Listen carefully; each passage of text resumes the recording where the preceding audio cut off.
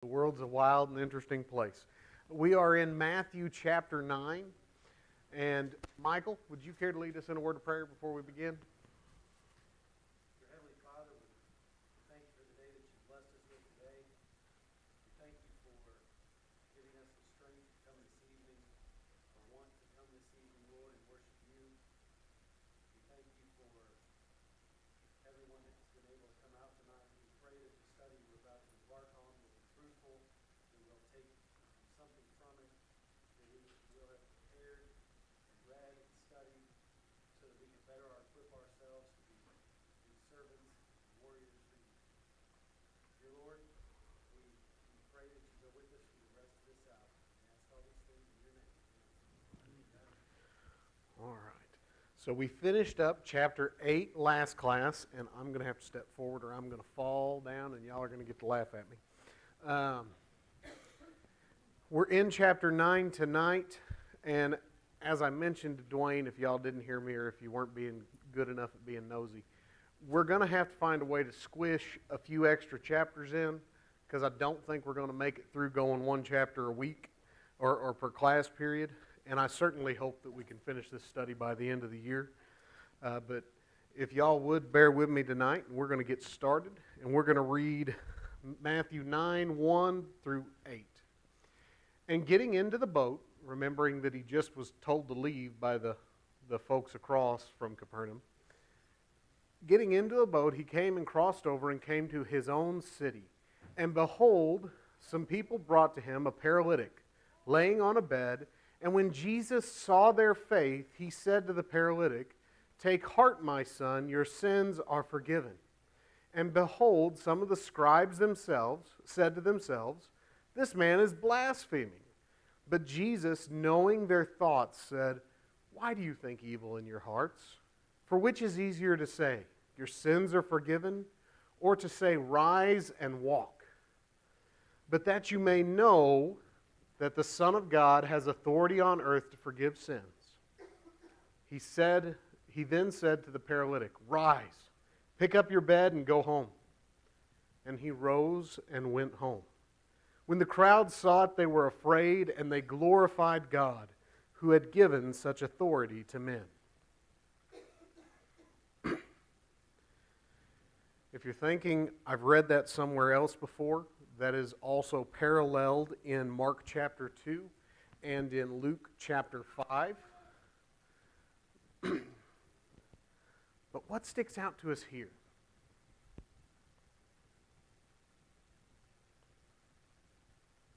Go ahead, Chris. To me, he just shows that he is God, and he has power to forgive sins. And he did come and he healed a lot of people, but he was more focused on their spiritual state than their physical. The healing here, they had this immense faith. If we were to read Mark or Luke, we would see that this guy's friends, his acquaintances, the people that were helping him out, they opened up the roof of the place and were lowering him down into it. Because, very like someone else we're going to read about very shortly, they had the faith that Jesus could make a difference, that he could heal. And of course, this is in, where are we at now? I kind of let it slip once already. What was Jesus' own city? All right. You are correct, Miss Sandra. It was. He was from Nazareth. You're absolutely right there, Dwayne. But in Matthew 4:13, we see that after leaving Nazareth, he went and lived in Capernaum by the sea in the territory of Zebulun and Naphtali. So this was now his de facto home. So that's how we can know where he was. And he says to this man, "Take heart, my son, your sins are forgiven." And the scribe takes issue. What's he taking issue with? Why is he saying that this man's blaspheming? Okay. This man was putting himself equal with God, which to the Jews was the most heinous crime of all. And then Jesus' response, there was a saying that kind of went around the internet, I don't know, a year or two ago, but it was, tell me you're whatever without telling me you're whatever. Tell me you're something without telling me you're that. I mean, that's what Jesus does. He says, which is easier, to say your sins are forgiven or to make someone rise and walk? Well, it became very evident who he was at that point to anybody that was listening to the conversation.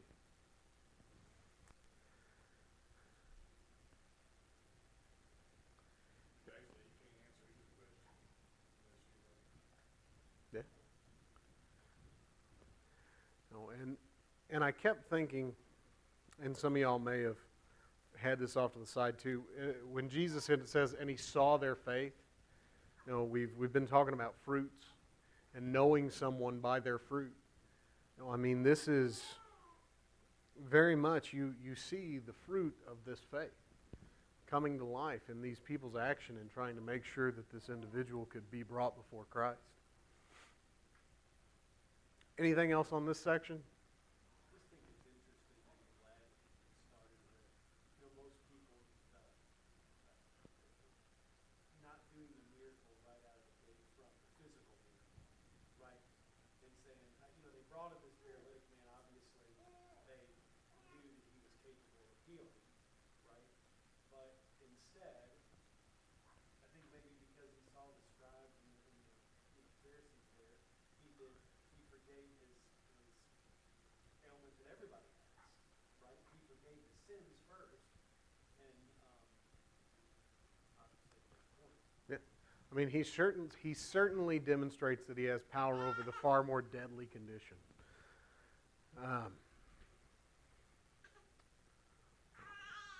Let's go ahead and look at Matthew. Matthew 9 through verse 13. As Jesus passed on from there, he saw a man called Matthew sitting at a tax booth, and he said to him, "Follow me." And he rose and followed him. And as Jesus reclined at the table in the house, behold, many tax collectors and sinners came and were reclining with Jesus and his disciples. And when the Pharisees saw this, they said to his disciples, "Why does your teacher eat with tax collectors and sinners?" But when he heard it, he said, "Those who are well have no need of a physician, but those who are sick. Go and learn what this means. I desire mercy and not sacrifice, for I came to call the righteous, not to call the righteous, but sinners."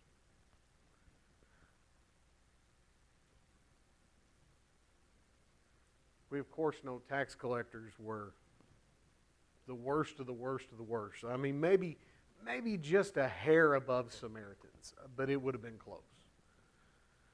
Because these were folks that had been appointed by Rome to take their money and then give it back to Rome. Turncoats at best. And they were famous for extortion and all sorts of things, but what's interesting about this passage?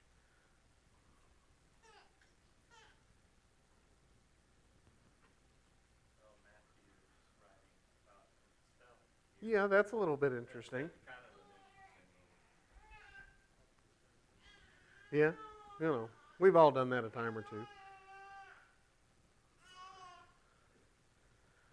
So the Pharisees, they're critical of this act, that he's eating with the tax collectors, these sinners, these dogs. I find for me, Jesus' response here is, well, Greg used to call them suitcase packages, right? Or passages, right? He says, "Those who are well have no need of a physician, but those who are sick." And then he says, "Go learn what this means. I desire mercy and not sacrifice, for I came to call not to call the righteous, but sinners." Where's that from? All right. So Let's look at Hosea chapter 6 a little bit. So Hosea is kind of it's not a book that we study a whole lot in class because you would have a hard time finding a study that you're not going to say harlot 40 times a night in. You know, that might get a little weird for everybody. So it's unfortunately not a study we study all that often. But we, of course, know that Hosea marries Gomer, the harlot, and it is a symbolic relationship of the relationship that Israel has had with God, and how they have continually played the harlot over and over again.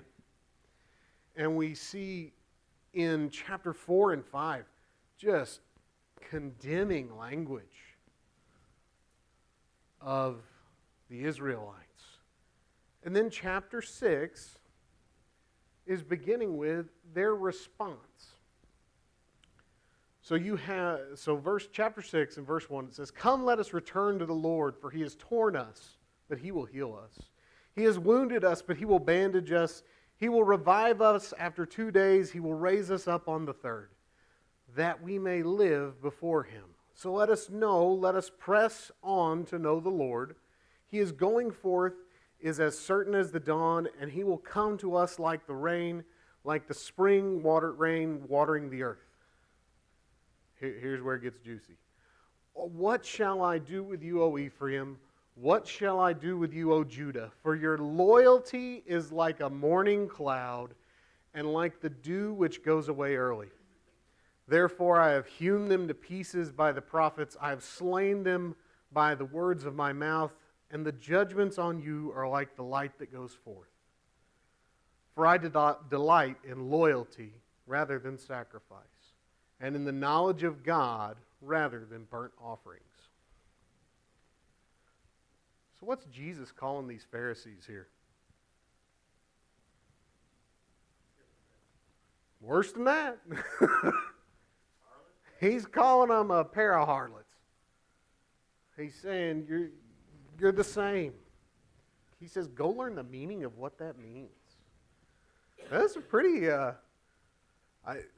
as I was going back over my notes and as I was reading this, I was like, man, that was a very spicy rebuke.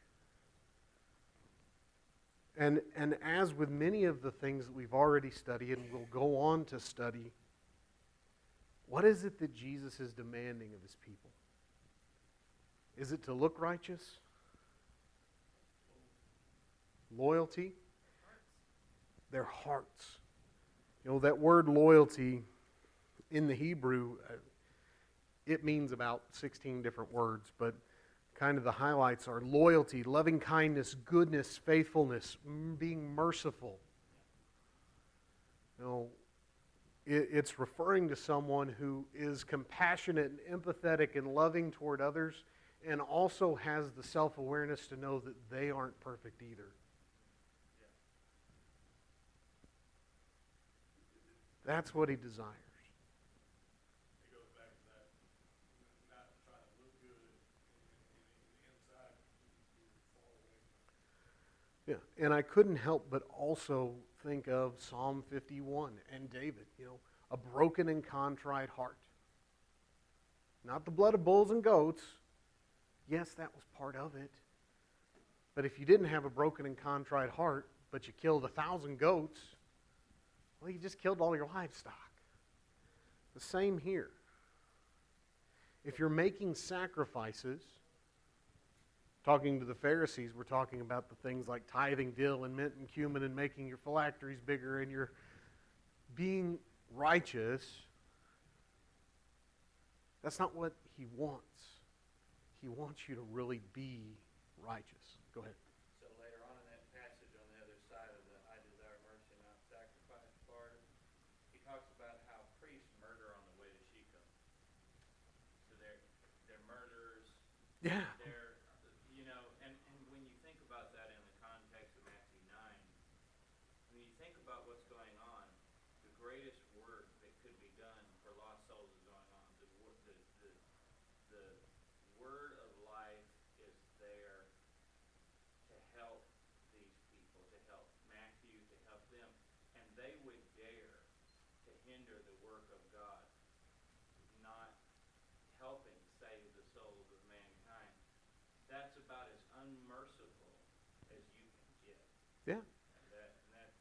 And And in the yeah. and in the further context of everything that we've been learning and where we were just a couple weeks ago in Matthew 7, this condemning judgment, they're sitting there with logs in their eyes right then and there. You know, they're all the tax collectors. Irredeemable swine. I'm surprised they were even there. Yeah.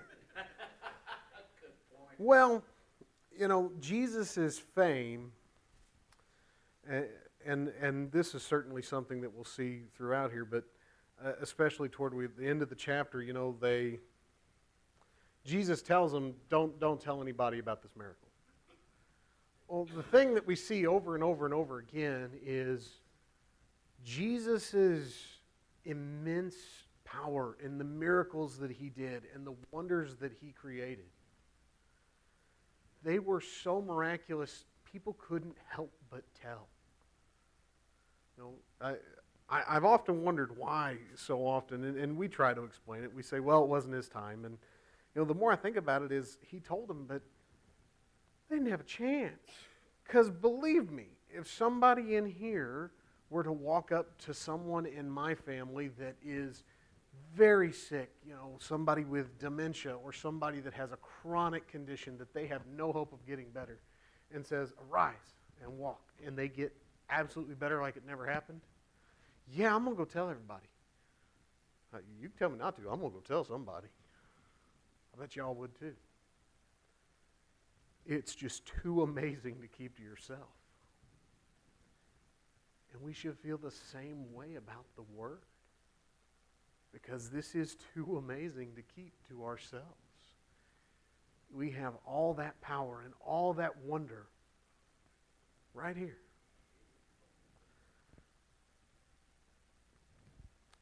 Ryan, something I noticed the way this whole passage is laid out from the first verse to verse 13. You have a group of friends that bring one man and he's healed. But then it switches. One man is healed spiritually and he brings his friend to find him spiritually. It's kind of a interesting little flip-flop. I've never noticed it in Matt, but Matthew kind of, it's an interesting little flip-flop. These things, and kind of we've talked about the woman at the fountain and all these things, and I'm getting off, but when we share these things with people and they take interest and they find joy, it's exciting to be around other people who are excited. You know, when we talk about building a culture of going and trying to evangelize and trying to build up the church, if we're not excited about the gospel, if we're not excited about the message, that's easy to see. You know, if we've all been somewhere where everybody was cold and you could tell there was just the wind was taken out of somewhere. You know, people are intuitive like that. All right, anything else here? Before I go off on another tangent, I'm so sorry. All right, let's continue on then. Beginning in verse 14, we'll read through 17. Then the disciples of John came to him saying, "Why do we and the Pharisees fast, but your disciples do not fast?" And Jesus said to them, "Can the wedding guests mourn as long as the bridegroom is with them? The days will come when the bridegroom is taken away from them, and they will fast. No one puts a piece of unshrunk cloth on an old garment, for the patch tears away from the garment, and the worse tear is made. Neither is new wine put into old wineskins. If it is, the skins burst, and the wine is spilled, and the skins are destroyed. But new wine is put into fresh wineskins, and so both are preserved."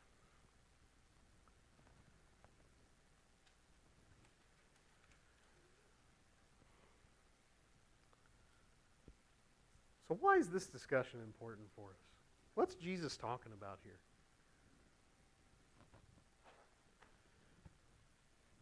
I mean, John the Baptist's disciples come and they say, well, you know, we fast, the Pharisees fast, we know you're on them, but why don't your guys fast? What's going on?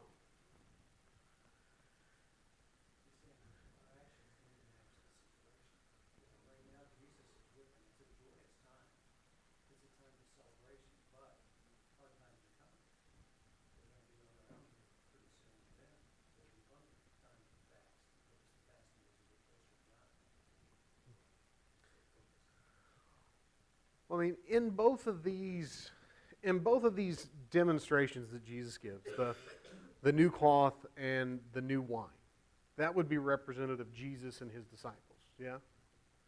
So, what does the old cloth and the old wine skins represent?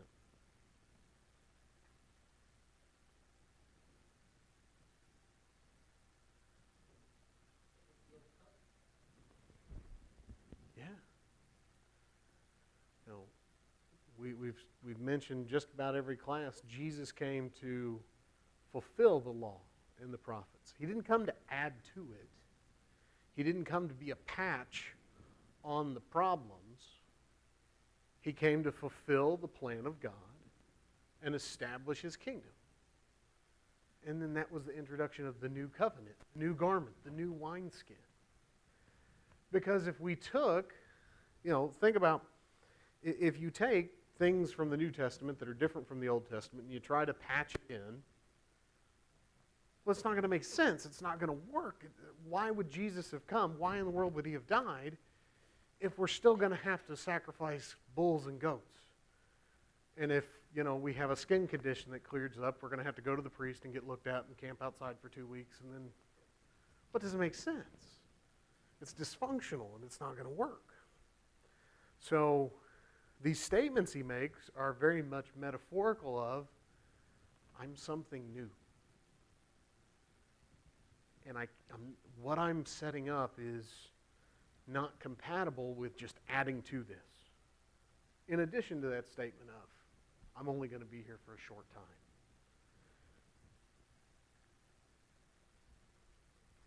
Anybody else have any insights about those?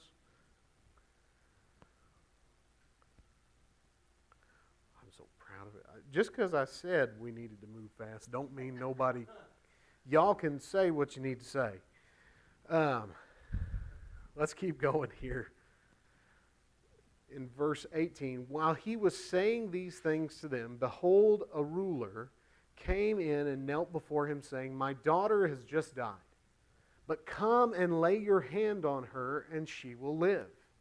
And Jesus rose and followed him with his disciples. And behold, a woman who had suffered from a discharge of blood for 12 years came up behind him and touched the fringe of his garment. And she said to herself, if I only touch his garment, I will be made well. Jesus turned and seeing her, said, take heart, daughter, your faith has made you well. And instantly the woman was made well. And when Jesus came to the ruler's house, he saw the flute players and the crowd making commotion. And he said, go away, for the girl is not dead, but sleeping.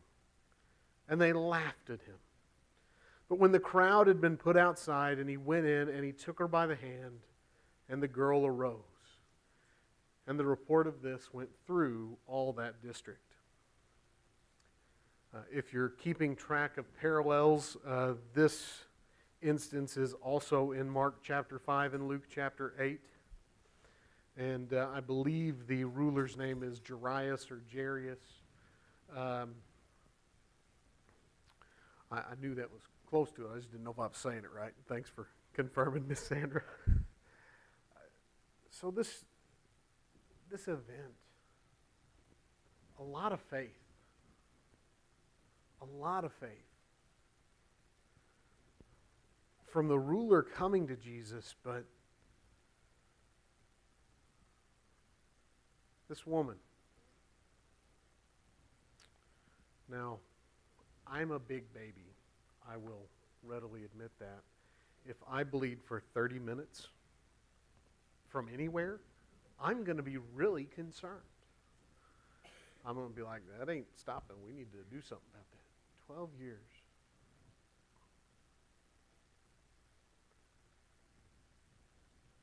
The hope that she had. And that faith of, if I just touch his garment. You ever had that much faith in anything? That much want for something to where you're like, if I can just brush it, it'll be everything. That's how this woman felt. She had all of her faith in Jesus, that he could save her from the thing that bothered her most?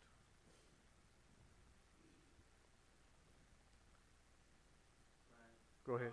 Question. This is to the group. Really. Wouldn't she be ceremonially unclean pretty much perpetually Yeah. if this is the case? So imagine the emotional component of that too. Yeah. Like, And then touching, like, wouldn't it be a big deal to, like, people would constantly be saying hands off, hands off, hands off, but she's gonna, here's this holy man that I believe is, and we saw the same thing with the leper Right, recently. yeah. You know, their faith was so great that they, went against everything that their culture said was not okay. They risked it all. Because admittedly, I'm not going to claim to be deeply familiar with if there was a punishment for that, but given the fact there's a punishment for just about everything, there probably was one, and I suspect it was probably severe for, intentionally causing uncleanliness in the community. But he heals her. One of the other books, it said that Jesus felt the power, leave. Mm-hmm. There is a lot of power if you're not using it. Just her touching the hem of his clothes, you can feel the power leave to his later blood. Just amazing. There's really not words other to do it than just amazing. And if that weren't enough, here he's on his way, and they've got a funeral going on. You got the flute players, and you got mourning, and you've got weeping. And one of the other accounts says that the only people that went in were the girl's father and mother, and I believe 2 or 3 of Jesus' disciples. And they were mourning when they saw the girl. And Jesus, get up. She gets up. These are things that were not explainable. You couldn't rationalize them away. The only conclusion that could be made was this is the power of God. That is the only reasonable conclusion that people could make.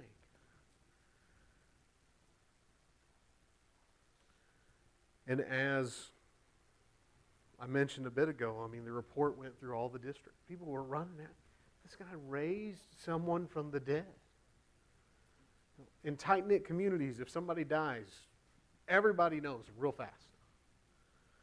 I live 300 miles away from where I grew up, and if anybody that's a cousin 8 times removed, I still know when they die, because somebody gets a hold of me. And they would have seen the mourning, and they would have heard the commotion. And Jesus just says, get up. It's amazing. Anything else stick out to anyone about this? All right. Let's do 27 through 30. And as Jesus passed on from there, 2 blind men followed, crying aloud, "Have mercy on us, Son of David." When he entered the house, the blind men came to him, and Jesus said to them, "Do you believe that I am able to do this?" They said to him, "Yes, Lord." Then he touched their eyes, saying, "According to your faith, be it done to you." And their eyes were opened, and Jesus sternly warned them, "See that no one knows about it." But they went away and spread his fame throughout all that district. So again, what's the pattern that we're seeing among these healings? Jesus keeps saying a certain phrase or similar phrases over and over again.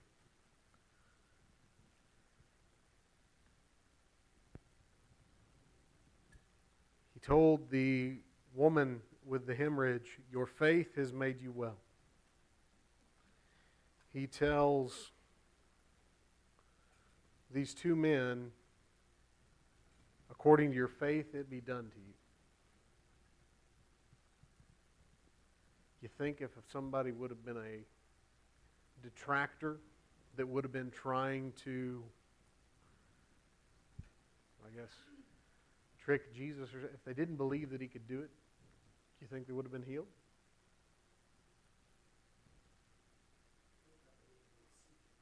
They probably wouldn't have been seeking, yeah. I mean, it would have had to have been nefarious in nature.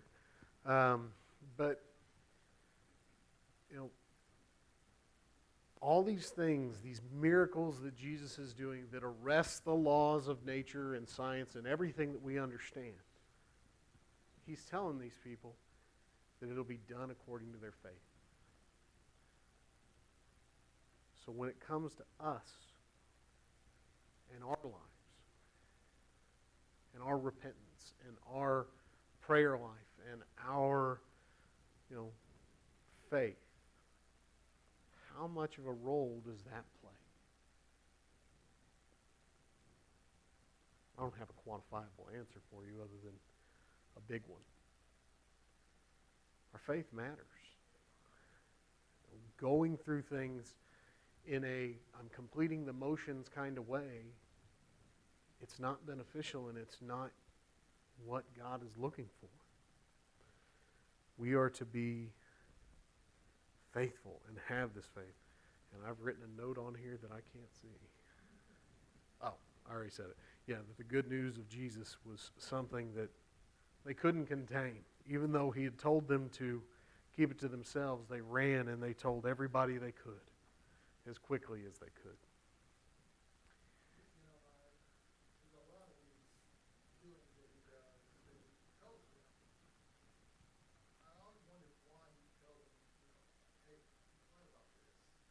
And yet, none of them are. I wonder why he does that. I mean, that's, to me, is one reason why he's healing these people, so that he is the Son of God.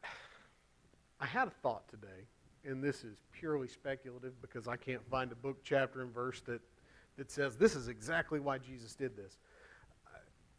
Marty, I've got a secret I'm going to tell you, and you can't let anybody know. Yeah. So, I don't know. Maybe Jesus was kind of using human nature to his benefit of getting his message out quicker. That was kind of the thought I had today. Or it could be, as I've often heard said and discussed, is it just wasn't his time. He didn't want it to be widespread and known just yet. I don't know. Yeah, I mean, it takes you to these sternly want that. It was, I mean, if you'd never seen anything, and it's funny, they actually have technology now. I saw a video of this today. It was a guy who has been blind, like legally blind, for 28 years. And it's called eSight or something. And they hooked him up, and he looked like the guy from Star Trek, except it was black and it had like a camera in the middle of it. The guy saw his wife's face for the first time. He could read words on the wall that he hadn't been able to see in 28 years. He knew what he looked like. He got to see a picture of his mother. He was just dumbstruck, and all he wanted to do was talk about it. Things that we don't think are amazing anymore because we see him every day. I mean, dude was like picking at his neck hairs like, that's weird. You know, he's looking at this and looking at that, and he was excited about stuff that we're like, ugh, I don't want to look. Go ahead. Another too, is one of the things that we see all the way back to this point is him contrasting against food. The Pharisees. Right, making themselves look bigger, fasting to let everybody know that they were fasting, doing good to let everybody know that they were doing good. And he was trying to set himself apart from the old law, and by doing so, why would he want to be like everything that the people that had departed from the old law were? They were big, they were showy, they were proud, they were arrogant, they were big, right? And that's everything that he didn't want to be. I don't think it was so much that, obviously, I think we understand human nature and saying don't tell,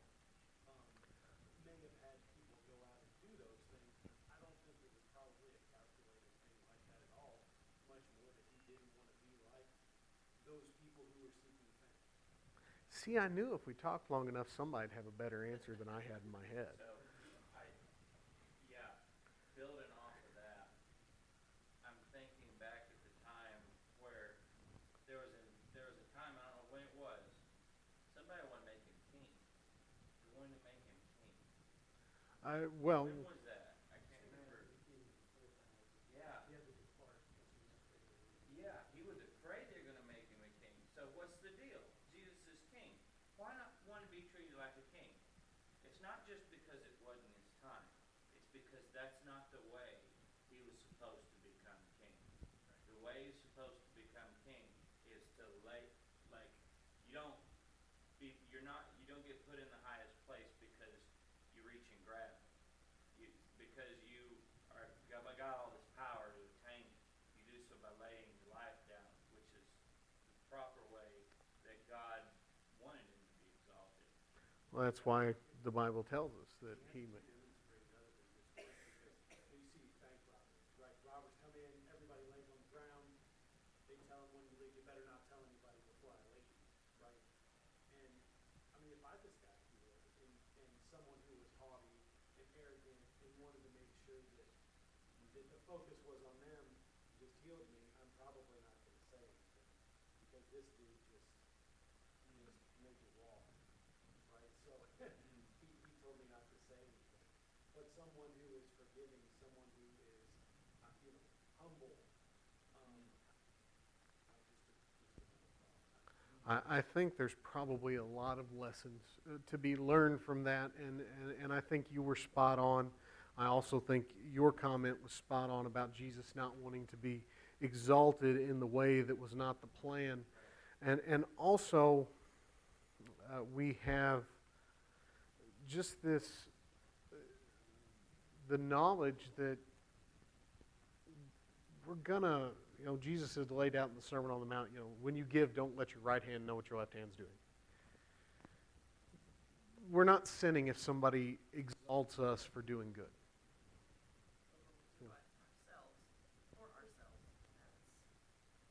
Yeah.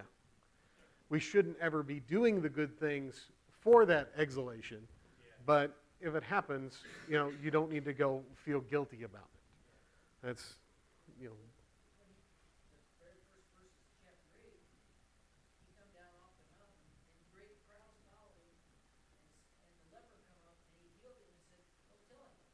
He's in the middle of a big crowd, and he's talking to one guy. So it's not, he's not saying, absolutely, you can't have nobody know this. What you guys say. yeah, And he did tell him he had to go see the priest, so he had to go tell the priest something. yeah. Go, Who's gonna wonder what happened? go handle this the right way. That was the important thing.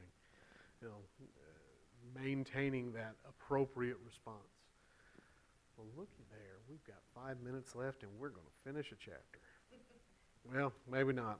I skipped ahead a page. All right. In verse 32, as they were going away, behold, a demon-oppressed man who was mute was brought to him. And when the demon had been cast out, the mute man spoke, and the crowds marveled, saying, never was anything like this seen in Israel. But the Pharisees said, he casts out demons by the prince of demons. I feel like we've seen this type of behavior before. Where was that? Oh, it was on the last page or 2 pages back. The scribes. Here he forgives sins and he's healing a man. And they're saying he's blaspheming. We could speculate all day about all the types of emotions that the Pharisees had. Whether it was jealousy, whether it was the challenge to their power structure. They weren't the kids on the block that everybody wanted to talk to. I don't know. But the contrast between what people are saying. Never was anything like this seen in Israel. Like, this is the most amazing thing that's ever happened. And then you got the Pharisees. He's just doing it, casting them out by the devil. Like, no. They can't deny that he's casting them out, though. No, they can't do that. Do that. Like, it's like, they admit he's casting them out. But I mean, what do you do when you can't beat an opponent fair and square? Yeah, that's sabotage 101. Can't beat them, make everybody else think that you're better. And I mean, we're starting to get the beginning of what we're going to see get really amplified as we progress into the later chapters. These whispers of dissent. All right, and so we can finish this chapter. And Jesus went throughout all the cities and villages, teaching in their synagogues and proclaiming the gospel of the kingdom and healing every disease and every affliction. When he saw the crowds, he had compassion for them because they were harassed and helpless, like sheep without a shepherd. And then he said to his disciples, "The harvest is plentiful, but the laborers are few. Therefore pray earnestly to the Lord of the harvest to send out laborers into this harvest, into his harvest."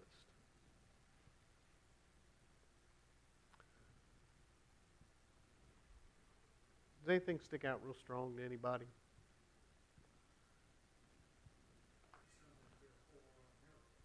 Yeah. Read John, I'm looking at the last verse of John. It says that there were also many other things which Jesus did, which if they should be written, every one, I suppose that even the world itself couldn't come close. So he was pretty busy in the 3.5 years. It's not that big of a place. No. So I can't even imagine. It would have been amazing. And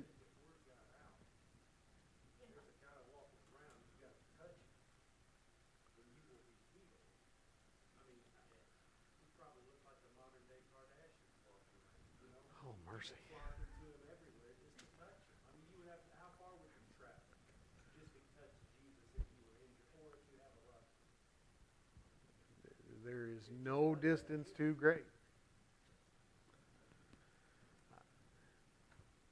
So, verse 36 in particular sticks to me because this is an insight very much into Jesus' mind when he looked out and saw everybody. Bearing in mind that he is God and he knows. He doesn't just see them, he knows them. He knows who they are, he knows what they did, he knows their sin, he knows their problems. And he looks at this crowd that was likely full of saints and sinners, Pharisees, Sadducees, scribes, very likely some of the same people that would stand in the crowd not long from now and say, crucify him, or we have no king but Caesar. And it says that he had compassion for them. He had mercy for them because they were harassed and helpless. Sheep without a shepherd.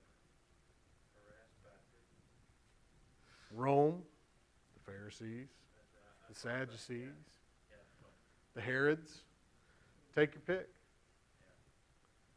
In context of the passage, I'm thinking that he's healing these people, and the Pharisees are trying to do, they're trying to put out as many fires as possible, so they're probably going around harassing these people who have been healed. Everything.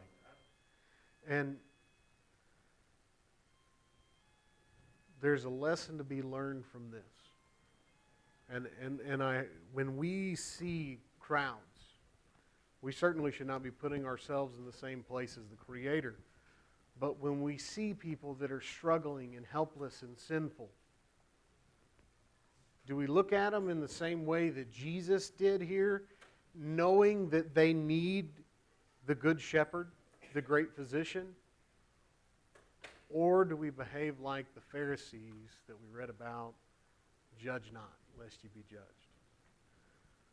Certainly something that we should think about often. Thank you all very much. Chris will go over chapter 10 with you on Sunday. I will be out of town, and then we'll pick up where he leaves off on Wednesday.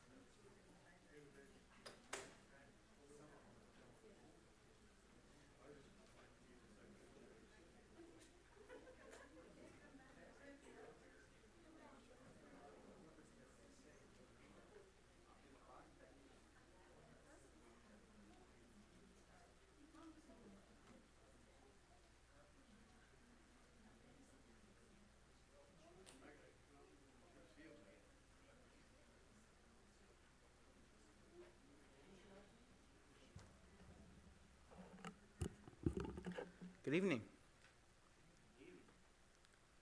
Tonight we'll be singing 86, Have You Seen Jesus My Lord?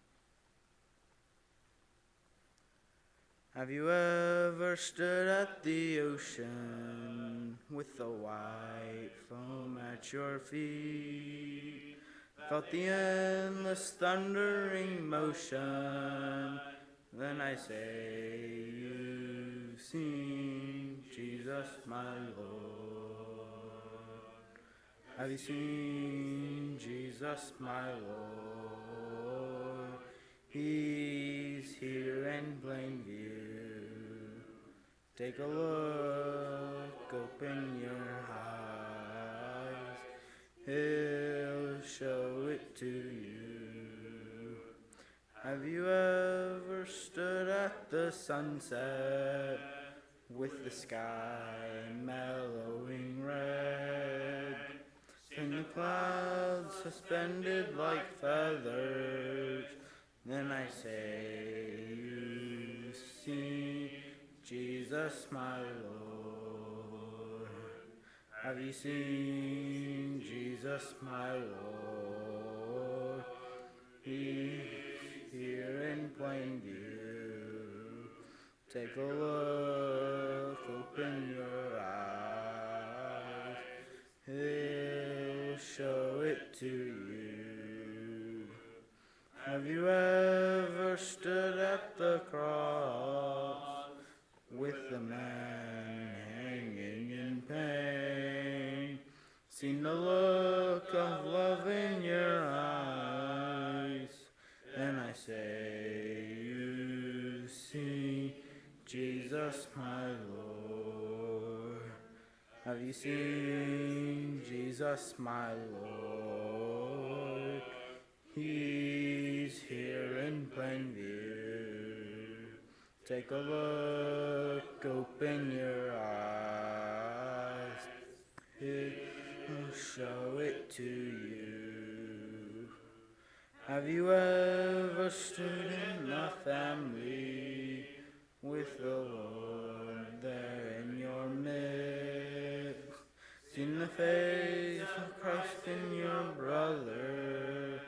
Then I say, you've seen Jesus my Lord. Have you seen Jesus my Lord? He's here in plain view. Take a look, open your eyes. He'll show it to you.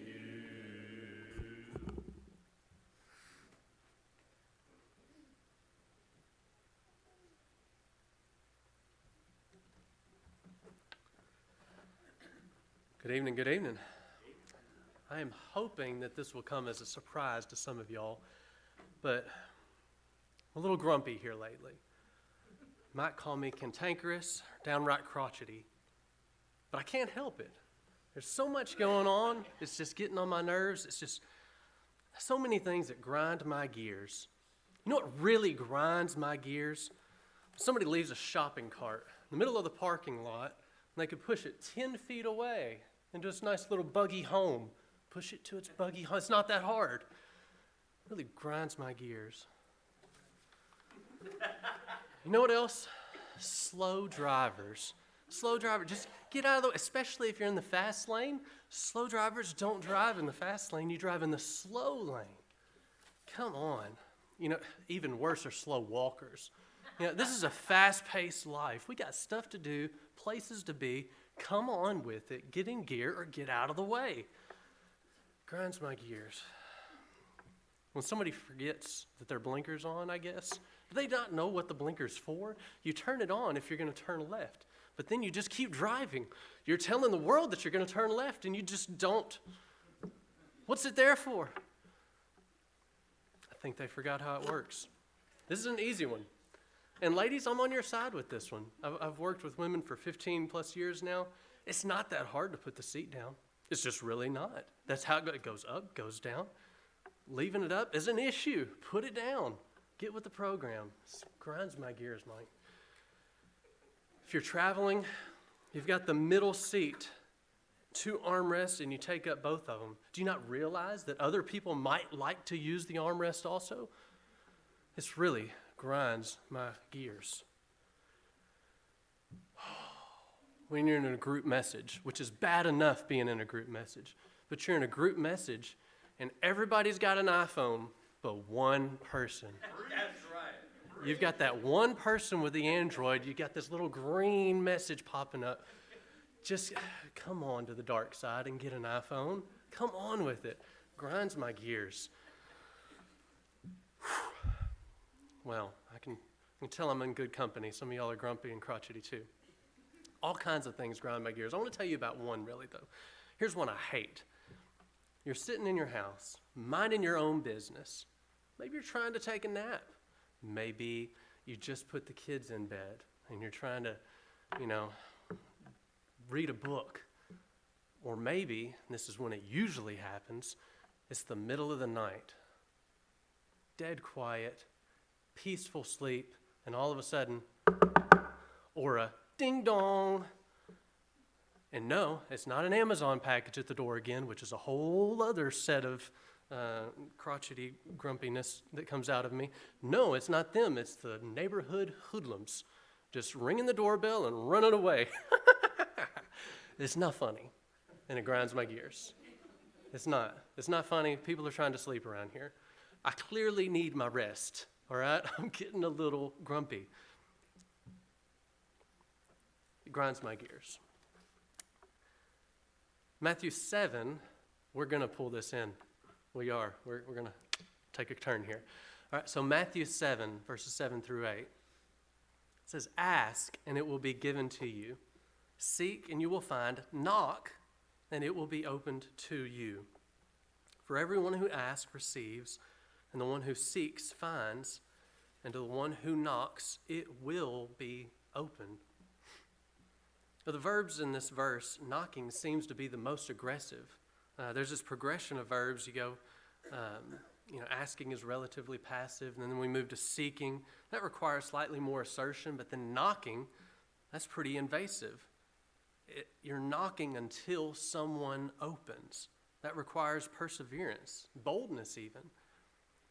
Knocking in prayer is a persistent pursuit of this desire, a continual knocking at the door until it's been opened. Can't run away. This is persistent knocking, and you stand until the door is open to you. The parable of the persistent widow is an account of this knocking in Luke 18, 1 through 8. Poor and powerless, this helpless widow repeatedly throws herself at this unrighteous judge. He doesn't even want to take her side, but because of her persistence, he does. He grants her request. And he follows it up saying, will God not bring about justice? Who cry out to him day and night, who are knocking and standing at that door waiting on God to open it. But what if he opens that door and there's no one there? We can't play this spiritual ding-dong ditch. It's fruitless. We can't knock and then live contrary to the one who opens the door. We can't knock and then dive out just because we're scared or uncertain or doubtful. We should have all the faith in the world. Jesus says, whatever you ask in prayer, you will receive if you have faith. So you can trust that he will open the door. God hears our persistent knocking. But if he opens the door and you're not there, you can't enter in. So do you think our inconsistency in prayer grinds on God's nerves? Sure, we may approach God in times of need. I hope we at least do that. But let's strive for consistency, maintaining an ongoing conversation with God, and not grind on God's nerves. So something else that grinds on my gears. You ask somebody something, or actually someone asks you something. Maybe they ask your advice. They say, what do I do here? And then they turn around and don't take your advice at all. Right? They say, what do I do? Well, I just told you what to do, and you decided not to do it. And now look where you are. Doesn't that grind your gears? Mine too. Back in Genesis 16, we see Abram's wife had borne him no children. Now, Sarai, Abram's wife, had borne him no children. She had a female Egyptian servant whose name was Hagar. See, Abram had been long concerned about having an heir. For a while, he designated this heir, who was a servant of his, because year after year after year, this promise went unfulfilled. And so they decided, well, God's got to have some help here. Sarah said, I have this female servant. But God had already told him what was going to happen. Did he listen? No, he didn't. He did not listen. He did not trust. And anyone can understand the rationalization they must have used to support their actions, but we've got 4,000 years of hatred, wars, and bloodshed to attest to this tragic sinfulness. So the faith of Abram and Sarai, it was weak. God doesn't need human help to fulfill promises. What's required of men is that they trust God. They trust God to fulfill his promises that he makes, no matter how impossible they may seem, actually. And he did learn this, obviously. He was even prepared to sacrifice his son Isaac. But at this point, Abram and Sarah faltered. So let's work on building our trust in God and his wisdom and timing, knowing that his plans are always for our ultimate good, that God provides guidance through his word to us. And sometimes we just don't listen. Sometimes we think we know better, or maybe we need to help God along. We can't think of it that way. That is bound to grind on God's gears, and we do not need to be on that end of God. But God is boundless in love. He patiently guides us in our spiritual journey. Let's acknowledge our shortcomings, seek his forgiveness, and strive to overcome the world and maybe these annoying habits that may grind on his gears. But if you haven't obeyed the gospel, now is the time for that. In fact, there's never a better time for that than now. If you can't say that Jesus is your Savior, we have that time now. We have water ready to baptize you. If there's some other need, we ask for you to take care of that right now as we stand, as we sing.